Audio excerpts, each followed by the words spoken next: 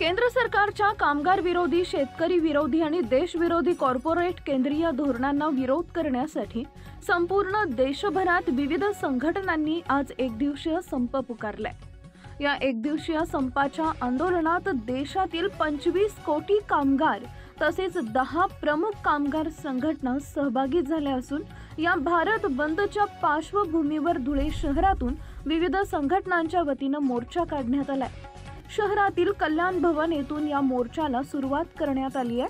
शहराच्या प्रमुख मार्गावरून निघालेला हा मोर्चा क्यू माइन क्लब या ठिकाणी आल्यावर त्याचा समारोप करण्यात आलाय। 25 कोटी कामगार कर्मचारी आणि त्यांना बल द्यायला देशभरात शेतकरी सुद्धा उतरलेला आहे। रेल रोको, रस्ता रोको, सर्व फॅक्टरी, सर्व ऑफिस बंद राहणार आहे। हा आव्हान कशासाठी?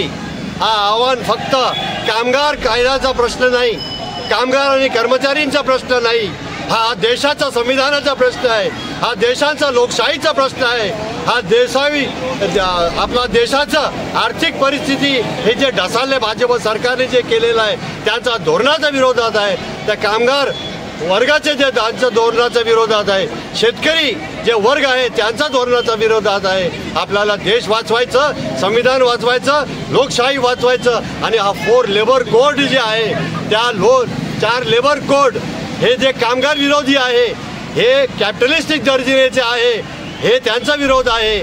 आणि इथे दाखवता सुरक्षा कायदा महाराष्ट्रामध्ये कसला सुरक्षा कायदा सर्व कामगारांचं हिसकून घेतलेला आहे। जिथे 100 कामगार होते आता ते 300 केले।